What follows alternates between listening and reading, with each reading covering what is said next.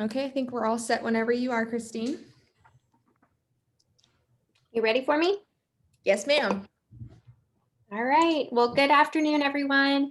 Thank you for joining us today. I'm Christine Ellenbeck, and I've been a member of the Women United Committee for about 8 years now.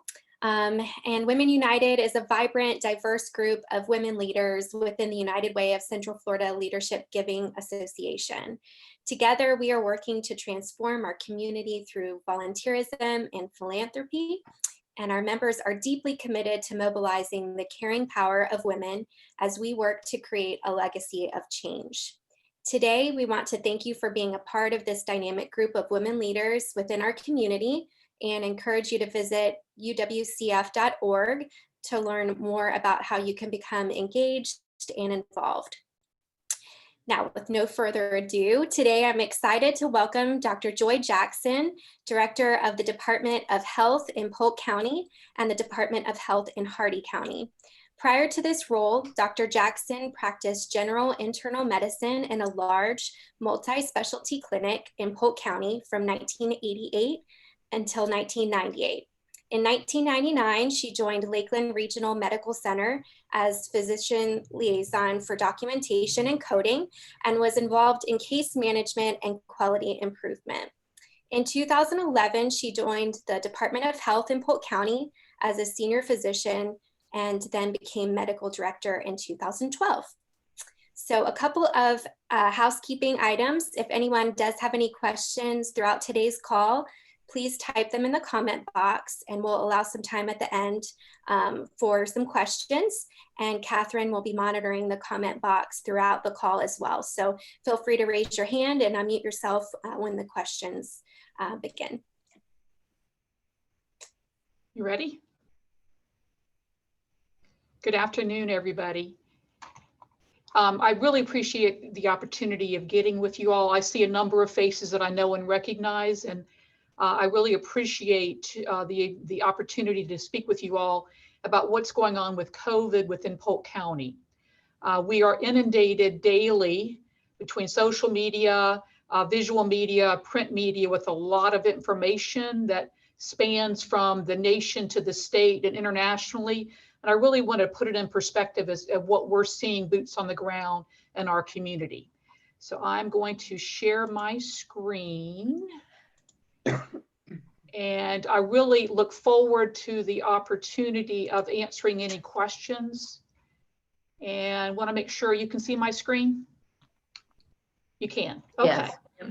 All right. So Polk County began its journey with coronavirus in March when we had our first diagnosed case of COVID. Since March, I just checked the data, we've had over 22,600 individuals who've tested positive for coronavirus. Many more than that have likely had COVID, but either were asymptomatic or minimally symptomatic. They didn't see their healthcare provider, they didn't have a healthcare provider, or they were never tested. So I do not feel that the 22,600 is all encompassing. If it were, that's about 3.2% of our population, because you all are, I'm sure, aware that the population of Polk is around 700,000. So even if we multiply that by 10, which is an estimate of the number of individuals who have had COVID that never manifest symptoms, we still have 2/3 of the county that have not been exposed or contracted COVID. So it scares me to think that we could let this thing go rampant, hence why we're doing as many protective actions as we are. So let me, let's see. Okay, there we go. So I'm sure you all are well-versed in COVID. I want to take a minute and talk about the most common symptoms that we're seeing and hearing about, and then how it's transmitted. Most common symptoms are individuals may develop fever, but only about 50% of people with COVID develop fever, cough, nasal congestion. The most common thing we hear, somebody with mild symptoms may say, I thought it was just an allergy attack. Others develop muscle aches, chest pain, shortness of breath, and interesting loss of the sense of taste and or smell. It's almost pathognomonic for coronavirus at this time. About 40% of people with coronavirus have no symptoms. So overall, about 85% have either no symptoms or very mild symptoms. About 10% have moderate symptoms, and 5% have severe symptoms. Coronavirus is spread predominantly person to person through droplets that are generated and projected out when we talk, sing, cough, sneeze, just anything that puts out droplets. You know, you forget how much vapor you put out when you breathe until you wear a mask and you find your glasses fogging up every 5 minutes. We do put out a lot of vapor, more so when we're talking. Also, there's gotten a lot of attention recently for airborne transmission. Airborne particles are smaller in size, but they may also transmit further. And then the other possible source is a contaminated surface. So if I'm sitting at a work surface and I've got active coronavirus and I cough or sneeze and it goes through the air and either goes over the top of a barricade between me and the next person or on my desk, and somebody comes and sits down, uses my desk, touches their nose or eyes, they may likely contract the virus. So how contagious is the virus? One of the most contagious viruses we know about is measles. And a person with measles that's in a room with others who have not been vaccinated will transmit it to about 16 people. Coronavirus will likely transmit it to a few, which is more than the flu. So as far as contagion, coronavirus is probably somewhere more toward flu, not quite as bad as measles, but there's some other things that impact transmissibility, such as a closed-in room with little airflow. Again, how many infectious particles is the person putting out, whether they are coughing or singing or projecting their voice loudly. So we are literally learning new things every single day about this virus, which you all get to witness through the media. So which people are more likely to have adverse health outcomes? These don't necessarily mean these individuals are more likely to contract it, but they're more likely to have a bad effect of coronavirus. You all have heard about older individuals, and it's whether the CDC used to assign the age as 65. Now they just say older individuals, because I think that's pretty subjective what that means. Folks that have underlying chronic health conditions. And the one that's really risen up to be the most risky is obesity. And a lot of times younger people that succumb to coronavirus have issues with their weight and are obese. Not all the time, but that's a pretty good indicator there may be some issues. Those with heart disease, high blood pressure, lung disease, obesity, which a large percentage of American adults have underlying health issues. So we can't just sequester away old people and people that have health conditions, or only about a third of the population will be out there doing anything. There's also evidence of some racial, ethnic, and genetic differences. You all probably heard on the news a week or two ago, there's a theory that perhaps type O blood type may be protective. So there's an awful lot of research going on. As far as disparities, you're probably also aware that people of color, Blacks and Hispanics seem to have a higher rate of contracting it and are more likely to be hospitalized and have death. In Polk, we see a little bit of that, probably not as much as in areas of the country where there are even more people of racial and ethnic minorities, but we do within our data see a bit of a disparity, which is concerning, in which the health department tries to fill some gaps in those populations.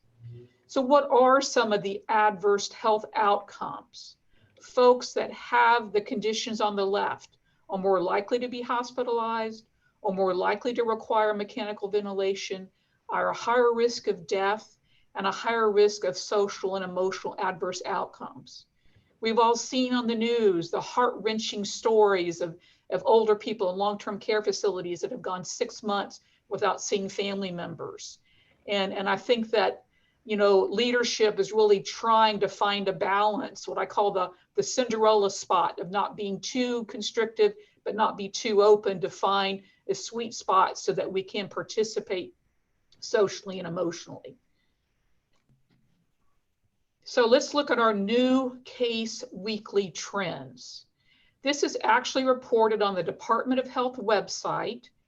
The DOH website gets updated every single day. So if you're dying to see the data, all you got to do is Google Florida Department of Health, and you can get to a number of dashboards.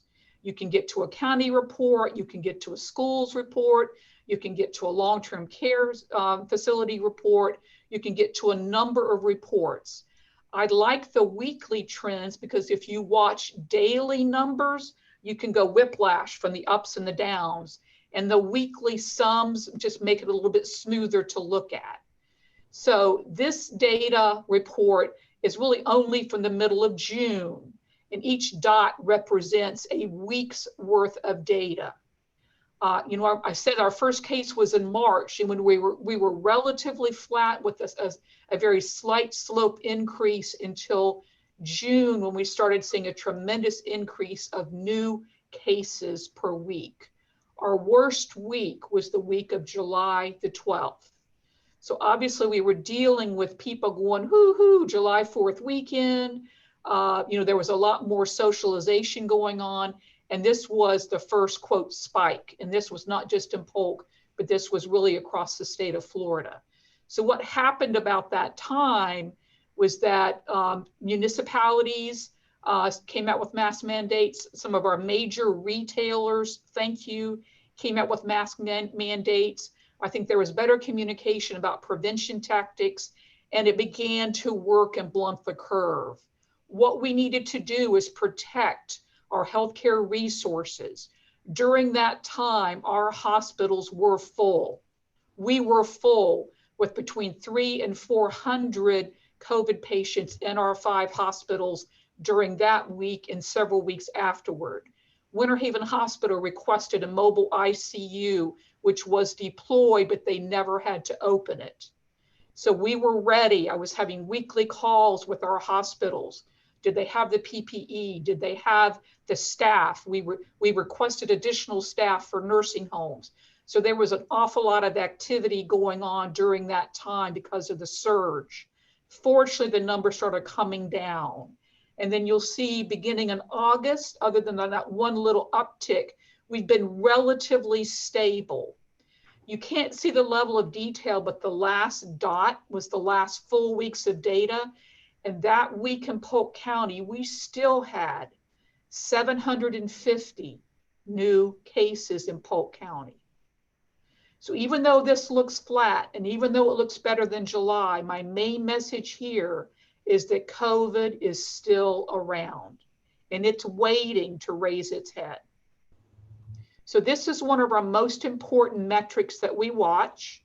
Some of the other metrics we watch are testing, real hot topic item. You all remember back in March, April, May, when testing was very limited, and there was changing guidelines and who could be tested because of availability. And tests were taking 14 days, sometimes longer, to come back. And coronavirus, if you can't get a result in 1 to 2 days, it really hardly informs you with actions for isolation and quarantine. So the goal is to have ample testing with quick turnaround time. Currently in Polk County, between multiple community partners, we are testing between 11,000 and 14,000 individuals every single week, which to me is phenomenal. This testing is done by all of our hospitals. They've all got their in-house testing, but they all conduct community testing assisted by the CARES funding that the county got. The health department tests 5 days a week. I've got 3 locations for testing, as does Central Florida Healthcare and many private providers. I know Watson Clinic now has point of care antigen testing. So testing has really expanded, and access to testing, which you can get for free. You go to your private provider, they will likely run your insurance. You should not be paying out of pocket. If you're uninsured, you can get testing either through the health department, through one of the mobile testing sites run by the CARES partners, or through Central Florida Healthcare. If you want to know where to get testing, go on Polk County government website, and Myann Nelson maintains our list of community testing sites. So if you have family or friends or yourselves that want to know where to go on that website. You can also seek testing from your own healthcare provider. So again, testing availability is there. The other thing that we all look at is our positivity rate. So what percentage of our tests are positive? Back in July and August, our weekly average was about 12 to 15%. My hair was on fire. My head was exploding. That was very concerning because we were hardly doing enough testing and a lot of the tests were positive. Where we sit now, we're averaging between 5 and 6%. Now, you may have seen in the Ledger a few days ago or on television that Polk was 10 or 11%. That was a one-day percentage. Yes, there's that whiplash effect of the up and down. So I'd like to look at weekly averages. So these are our rolling 7-day averages of positive rates. I will sleep better and may sleep through the night when we get under 5%, but we've been stable. And I just want to make sure we've got ample testing, that those that want to be tested can be tested, and that we have the ability to identify those who test positive, to do case investigation, and then identify those whom they may have exposed. And my team at the health department works on that 7 days a week. Other community metrics are emergency department visits. This is almost like a leading indicator or the canary in the mine. How many people are going to our emergency departments and urgent cares with either flu-like or COVID-like illness? You may not know, but all of our emergency response entities, again, mainly urgent cares and emergency departments, upload data every single day to what's called syndromic surveillance. And I have a team of epidemiologists that watch the data. And this is like an early warning system to say how many people are coming into ERs with whether it could be mumps or measles or anything that we can monitor. And obviously right now we're watching COVID illness. So for the past 3 weeks, we've been stable with between 230 and 250 people coming into our ERs every week for COVID-like illness. Likewise, hospitalizations have been stable for the past 5 weeks. Last evening's report showed that we had 98 people in one of our hospitals yesterday with COVID, okay? Better than when we had 300 to 400, but we still have nearly 100 people every single day with COVID in our hospitals. We have usually 8 to 10 people in an ICU and somewhere between 5 and 6 on ventilators. Again, far better than it was a couple of months ago. Polk County has lost about 600 individuals related to COVID. Our deaths have been predominantly in older individuals. 94% of the deaths in Polk County have been in individuals ages 55 and older. So again, what we're seeing demographically, people who are tested for COVID and test positive are more likely to be younger, with our median age in the mid to upper 30s. People that are hospitalized tend to be middle-aged and older, and people who succumb tend to be in the older age bracket, certainly over 70. 10% of our deaths in Polk were in long-term care facility residents. So some people have said this, oh, only old people die. Well, 90% of our deaths were not in people from long-term care facilities. So I'm not willing to just throw up my hands and say we're going to sacrifice our older people. No.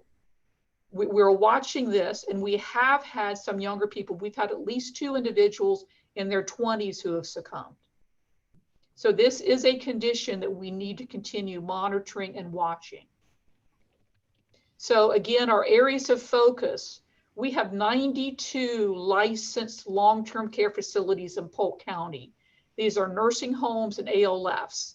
There are a number of other types of licensed facilities, like people that take care of folks with disability and some other things, but we watch very closely our nursing homes and ALFs, and Polk has been hit hard. Of our 92 facilities, I think literally all of our nursing homes have had at least one COVID person, and some with multiple dozens of people. The health department and ACA worked closely to assist nursing homes who were ill prepared. Nobody knew what COVID was going to look like. Nobody going to know that old people were going to serve as magnets. And generally, the feeling was that COVID would enter a long-term care facility, usually from a staff member who was asymptomatic, which led to increased testing of staff members, which has come full circle. So just for you to know, our nursing homes and ALFs are required by Medicare to conduct regular testing of their staff as often as once a week, or even twice a week, or as infrequently as once a month, based on the percent positivity in the county. So being our positivity is still pretty high at over 5%, our long-term care facilities are testing their staff at least once a week, so they can jump on top and exclude those who have tested positive, and then test residents and then monitor for symptoms. So we still have in Polk County about 27 facilities that are deemed as a quote active outbreak, which means it's been under 28 days since our last case.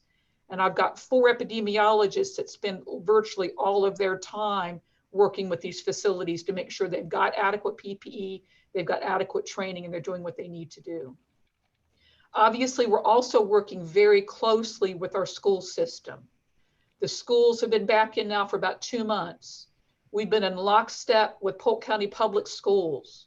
When cases are identified in students, faculty, or staff, and we're aware either through a test report coming to us or a school reporting to us, we work very quickly to make sure symptomatic people are tested, we get results back, symptomatic people are excluded, and we contact trace, which involves getting seating charts of individual classrooms. Where was the positive individual? Who was within 6 feet for more than 15 minutes? Are students wearing masks? Are they doing what they need to do in hallways? You know, there's just been an awful lot of work with the schools, and I think we've done a really good job to squelch or keep down any massive outbreaks. Now, we've had a couple of schools that have had double-digit cases, but we're really in pretty good shape. We've had over 80 schools in this county that have had at least 1 case. There is a schools report that the state updates once a week on Tuesdays. I just checked. It's not been updated yet today, but it's available on the DOH website if you want to see what's going on. But what I say is that what goes on in the schools impacts the community, and what goes on in the community impacts our schools. But very much collaboration to work on these areas. So what's happening now as far as new advancements? Much greater access to rapid point of care testing. This means you can go someplace and have a nasal swab or a nasopharyngeal swab. It gets put into either a machine or on a reader card, and in about 15 minutes, you know if you've got COVID. These are wonderful because you can get a rapid report before you leave, but they're not quite as sensitive and specific as the PCR tests that are sent to the lab. So the gold standard test is the PCR test, which can detect viral fragments very sensitively. The downside is it's going to take 1 to 2 days or 3 to 4 days, depending on which lab runs the specimen. Point of care testing really works best for people who are having symptoms. not the best screening test unless you do it frequently. So we have all heard in the White House, everybody that goes in gets tested every day. Obviously, they took a test-based approach rather than doing all the things that could have been done. They made a conscious decision, and no way is perfect, but a combination of doing prevention tactics as well as testing when there's a high-risk environment, which is what we're doing in long-term care, I think is the sweet spot.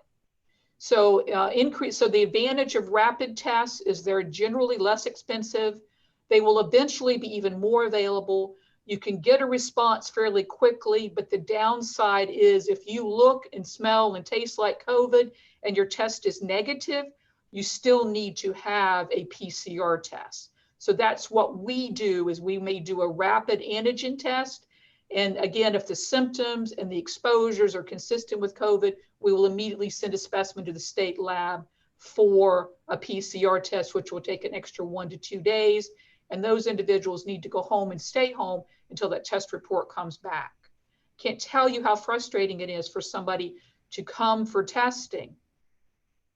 They're not going to get a test report for a couple of days, but they go about their business and they go to a family function, or they go back to work, or they do things, and then 2 days later the test comes back positive. We've got to then look to see who they've exposed while they were waiting on their test report.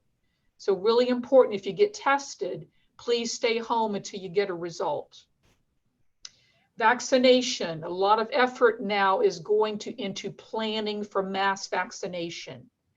So the federal government will be pushing out vaccine very likely to our hospitals directly.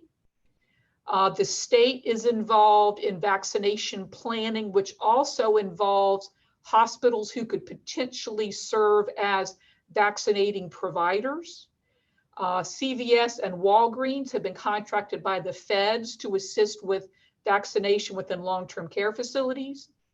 The health department is working with other vaccine partners like Polk County Fire Rescue, like our large medical clinics. We're working on planning. Once vaccine becomes available, there will be phases, because initially there will not be enough vaccination. There will need to be prioritization for the highest risk individuals and those that function as healthcare providers and first responders. So my preparedness planner, both for the health department, we work with Polk County Emergency Management to help devise a vaccination plan. So it's been interesting, as you may be aware, that there are 4 vaccines in phase 3 trials. They will likely be, the ones that are going to be out first will likely be a 2-dose series. The one that's the leading contender for coming out first requires ultra cold storage of -70 degrees Celsius, which there are just a few freezers like that in Polk County. So the logistics of getting this done is pretty impressive, but we're going to get there, and we'll need as many vaccine partners as we can to be able to offer vaccination. More information is being learned every day regarding disease manifestations, both acute and long-term, effective treatment options, and then very importantly, prevention steps. And prevention has not changed. So the first bullet, to remind everyone that COVID is still in the community. Again, I told you we're ranging 650 to 750 new cases every week. The public is strongly encouraged to continue prevention steps, wearing the mask in public, or if you're not in public, but you're in some sort of family gathering as we approach the holidays, if you're around people you don't live with, at work, a gathering, please wear your mask. It's heartbreaking when you see an outbreak in a family because 30 people attended grandpa's birthday party. 2 days later, he tests positive, and then we have 5 or 6 cases in family members. So again, a reminder, 40% of people with COVID have no symptoms, and even individuals who are asymptomatic can shed virus. So wear your masks, continue the social distancing, that 6 feet for 15 minutes is a guideline. Again, if you're in a small enclosed environment, I'll tell you right now, if I'm going to get on an elevator and there's somebody on there without a mask, I'll wave them and say, it's okay, I'll get the next one. Because all you need to do is to be in an enclosed environment and be exposed. Stay home if sick or exposed, or while you're awaiting test results. Wash your hands regularly, particularly when you first come in. And realize that we have a lot of community partners that are collaborating to assist with the testing, the clinical care, and the vaccination planning. And my last reminder is please get your flu shot, get your flu vaccination. This is the time of year that we always suggest flu vaccine, this year more than ever, because the symptoms of flu can look very much like coronavirus. And it's just, we don't need that confounding thing on top of a COVID situation. So please get your flu vaccine. So I am happy to take any questions or comments or suggestions. And I will leave it up to Catherine to moderate. Thank you so much. I did receive a couple of questions so far. The first question is there a way to tell the difference between allergies and coronavirus other than getting a test? Unfortunately, probably not. And your own history. So if you know this time of year, you get the sneezies and the itchy eyes, you know, that may lend toward thinking it's allergies. Or if your symptoms, you know, if you petted the cat or you went outside and did yard work, and the next day your symptoms are better, it's less likely to be COVID.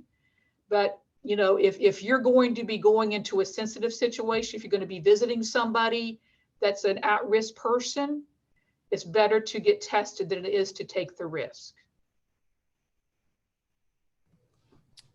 Our next question is, since only 50% of people with COVID have fever, how effective are temperature checks? That is an excellent question. It's effective when it works, and it reminds people to be conscious of it's not super effective. In fact, the CDC has even advocated for not doing temperature checks in schools. It's not worth the time to stop, you know, 500 kids as they're going into the building to do a temperature check. So it's not super effective, but again, that business or that entity is showing they're taking it seriously, and you may occasionally catch somebody with a fever. So it's non-invasive, it's painless. You get one of those wrist checkers, it takes less than 1 second. It doesn't hurt to do it. Is it the most effective? Not really.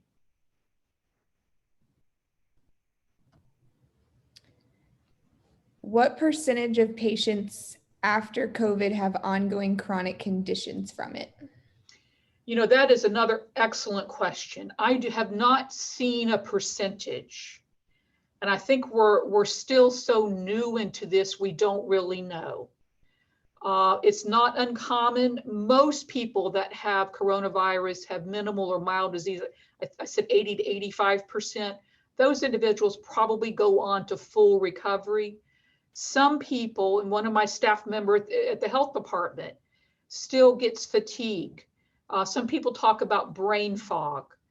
Some people just continue with muscle aches for several weeks or several months afterward. Some people have had issues with blood clotting. You may have heard that you're more at risk to have thrombosis or blood clots. And I do know one local person that actually had a pulmonary embolus related to COVID. The long-term effects, whether it's cardiac effects or neurologic effects, we just don't know yet. There's a lot of research going on with that. It is not worth the risk if we can prevent it. Thank you. For those who have already had COVID-19, is it possible to be reinfected?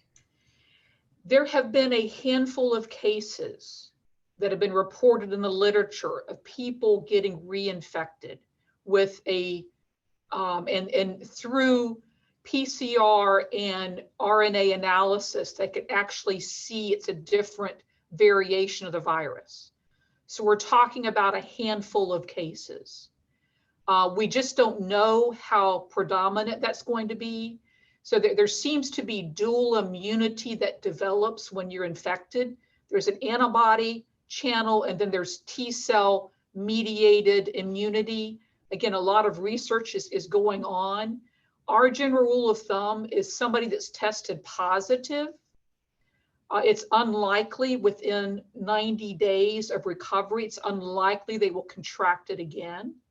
So the CDC tells us if you've tested positive and recovered and gone back about your life and you're exposed to somebody within that first 90 days, you don't have to quarantine. All right.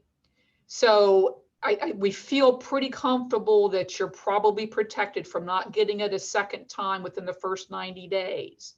But that's not fully proven yet. And beyond 90 days, we're just not sure yet.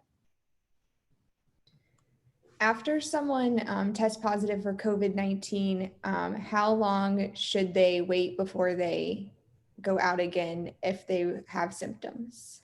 Okay, so the return to work, return to school, return to life guidelines for those who have tested positive that have had symptoms, you can come out of isolation 10 days after symptom onset. So on the 11th day, you can come out of isolation.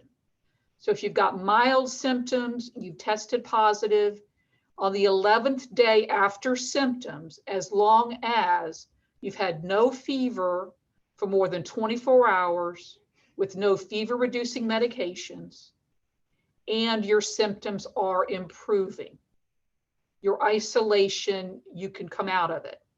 The only difference with that, if somebody is severely ill, if they've been hospitalized, very likely on a ventilator, then that rule changes to 20 days. Additionally, some people get picked up with COVID with screening. So we don't have a symptom date. And that in those individuals, it's on the 11th day after their positive test. Okay. Now, the odd thing is if you're exposed to somebody with COVID, you have to quarantine. So isolation is somebody that's tested positive or presumably has it because they've been in close contact and have COVID symptoms. That's isolation. Quarantine is when you're exposed and you have to go home and quarantine for 14 days. So if you get sick and you're mildly sick, you're back to work on 11. If you're exposed, you're back to work on the 15th day. And everybody goes, why am I out longer if I'm not even sick? And the reason is the life cycle of coronavirus. When you're exposed, your symptoms will develop between the incubation period is 2 to 14 days. So you can't return to life until after the 14 days, because it could be the 13th day when you actually develop symptoms or start putting out virus and exposing others. And you can't test out of quarantine. We get this question every day. I was exposed last Thursday. Why can't I test on Friday, Saturday, Sunday, Monday, and if I'm negative, go back to work or school? You can't, because you don't know during that 14 days when that person could come down with the virus. So we don't discourage people from testing during quarantine, particularly if that will inform them about other exposures, but you really don't have to test when you're in quarantine as long as you don't develop symptoms. 15th day, you can return to work or school. Do you anticipate that there will be a wide differences with infection rates depending upon the climate as we enter into the winter time? People in warmer climates do not seem to be as concerned as people who live in colder climates. Well, another excellent question.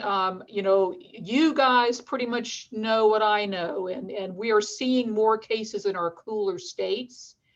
other viral illnesses like the flu tend to peak in the winter months?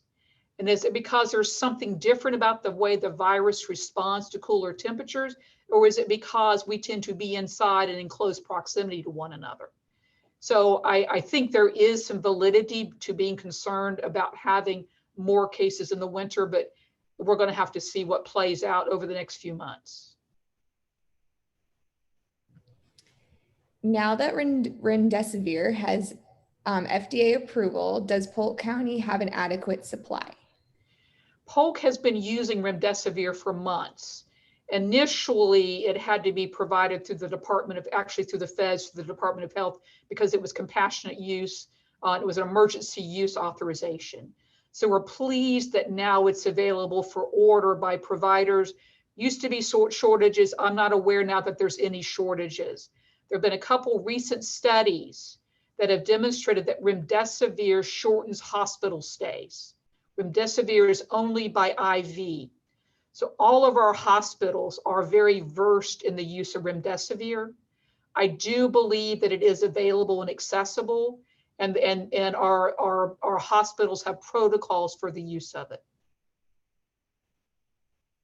We're getting a lot of good questions here. Do you anticipate a stronger second wave of the virus next year? You know, I am anticipating our case numbers will go up. We're starting to see it now.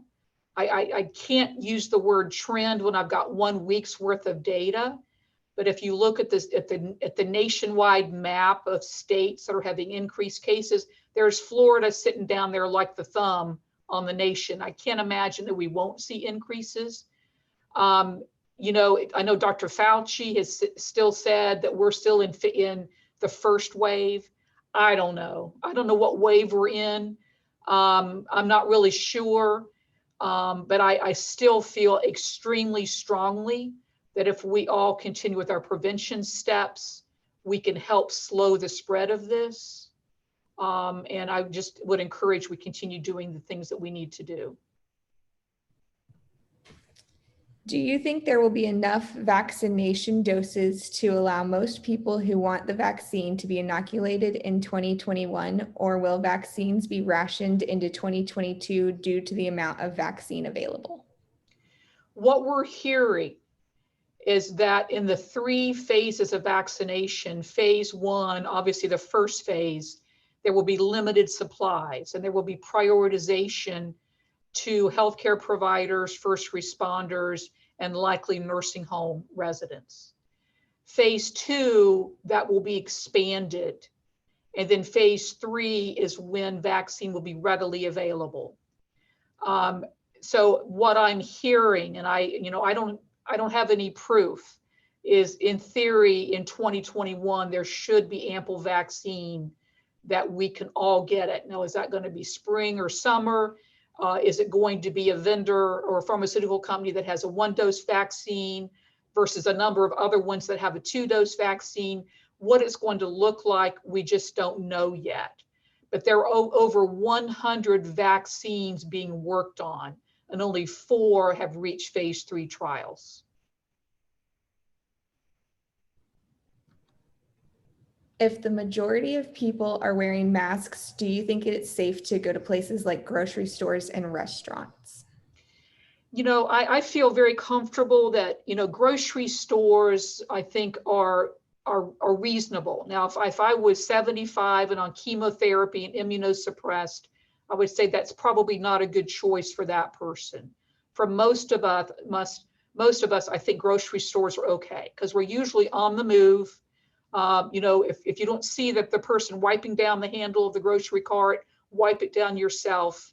We're not standing around socializing for the most part. So I think quick runs to the grocery store for most of us are reasonable. Restaurants are a concern. I have 2 members of my household that are vulnerable. I have not gone to a sit-down restaurant other than one that I can sit on a patio, but we order out and take out. Because when you're at a restaurant, you got to take your mask off to eat and drink. So again, I think we all need to self-assess. How is activity at the restaurant? Is there distancing at the restaurant? Are servers wearing masks? Is it not super crowded? If it's a packed restaurant where every seat is full, I would not go anywhere near that restaurant. So we all have to be mindful of our own activities and what risk we're under for entering if you've got 1,000 people somewhere, you're going to have 2 or 3 people there with COVID.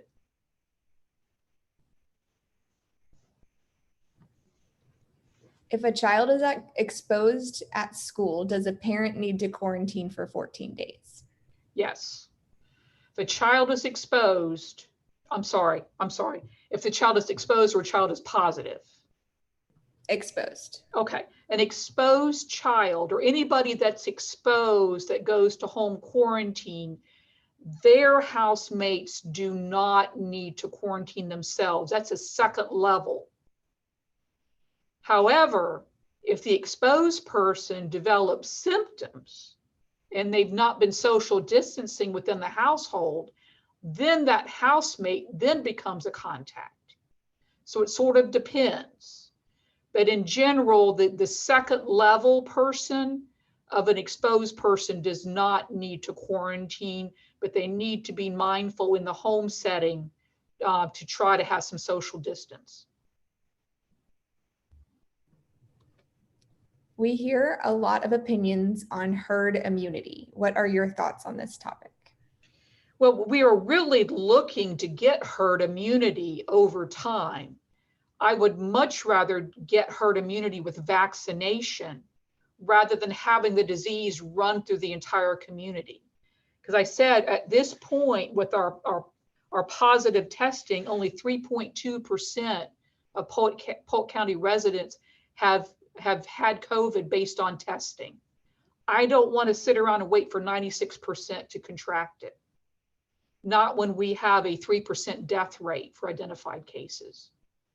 So, I mean, but you get herd immunity either by people contracting a disease or getting vaccinated. The safer way to do it is to get vaccinated, particularly when we don't know how long people's immunity will last.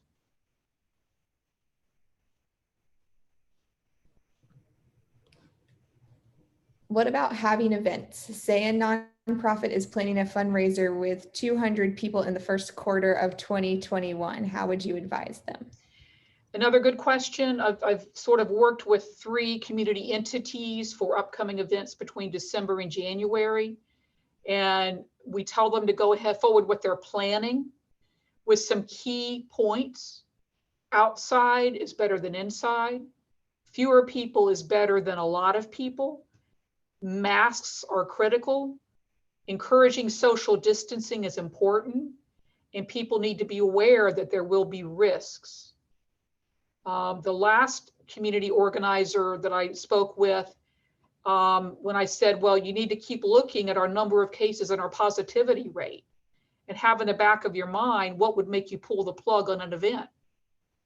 If we start inching up to hundreds more cases per week and our positivity rate continues trending up, I can't tell you that it's safe to have an event, but there's no one single metric that says it's completely safe, because all it takes is one person with COVID to expose a number of other people. So I don't have an easy answer to that, but I think at this point, cautious planning with, what is your drop dead date to say, because I've got to pay vendors or I've got to sign contracts. What is your drop dead date? Work with the health department. We'll give you some advice. Ultimately, it'll be entities' decisions.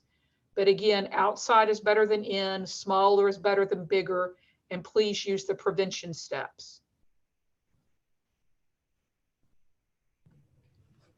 Thank you so much, Dr. Jackson. That is all the questions I have written. Does anyone have any other questions? You're free to speak up now if you have any questions.